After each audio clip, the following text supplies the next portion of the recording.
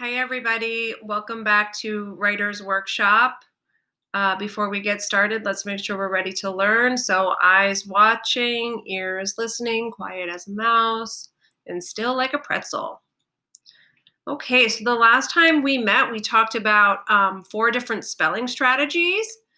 We talked about how we're not expecting you to have perfect spelling, but we want you to remember that it's really important to write a letter for every sound that you hear and to just try your very best. Today, we're going to learn about writing sentences. Now, this is not a completely new topic because we learned about sentences when we were doing reading workshop. Okay, so this should be kind of a review. So what is a sentence? A sentence is one complete thought. Okay, one complete thought. There are 3 extremely important things to remember when you are writing a sentence. Uppercase at the beginning, space between each word, and an end mark at the end. Every sentence gets all 3 of these things. So we're going to talk about that a little more in detail. So a sentence needs an uppercase letter at the beginning. Look at all of these sentences. You can see that the only uppercase letter in each of these sentences is at the beginning. The rest of the letters in the sentences are lowercase. Okay? It's super important. No matter what you are writing, no matter what, every single sentence starts with an uppercase letter, no exceptions. Okay, that's different from when you're just writing a word in foundations. You don't need to do an uppercase, but if it's a sentence, you do. Okay, number 2, a sentence needs a space between each word. Okay, spaces help our eyes see each separate word. Okay, so you see between these 2 words, space, these 2, space, these 2, space. Check out this sentence. What does this even say?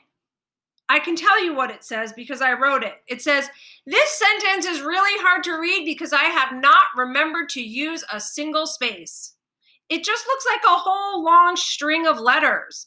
There's nothing to help my eyes see the individual words, okay? Spaces should be about the size of one finger, okay? That's why I have those nifty looking finger icons there. There's a lot of different tools you can use to help you remember to use spaces. You can use your actual finger. You can use one of these tools if your teacher has one of them, or you can even just use a popsicle stick, okay? Number 3, a sentence needs an end mark at the end, okay? Each of these sentences has an end mark. There are 3 types of end marks.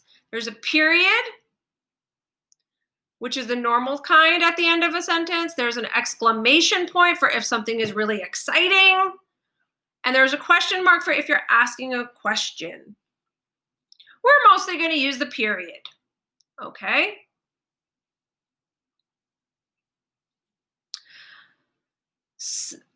And what an end mark is saying to you is that I finished my thought. What you need to do is stop, take a breath, and then move on to the next thought. Okay, so I want to talk briefly about a mistake that first graders often make. First graders often think that if it's the end of a line on their paper, that's where the periods go. Okay? And that is not the case. Listen to how I read this with the periods in the wrong spot. Dogs make the best pets. First, it's easy to take care of them. Next, they Are fun to play with. Last, dogs are. Snuggly dogs are wonderful pets. Okay? That did not make sense because the end marks were in the wrong spot. Okay? They do not just go at the end of the line. Remember, the periods say stop and take a breath before you move on. Okay, so now I'm going to read it with the periods in the right spot. You see how they're different? Dogs make the best pets. First, it's easy to take care of them. Next, they are fun to play with. Last, dogs are snuggly. Dogs are wonderful pets. It makes a lot more sense that way. Okay, so now it's your turn to write sentences. You can remember the parts of a sentence just like we do. And the most important thing to remember is that a sentence needs an uppercase at the beginning, spaces between every word, and an end mark at the end. All right, my friends, I will see you next time. Happy writing.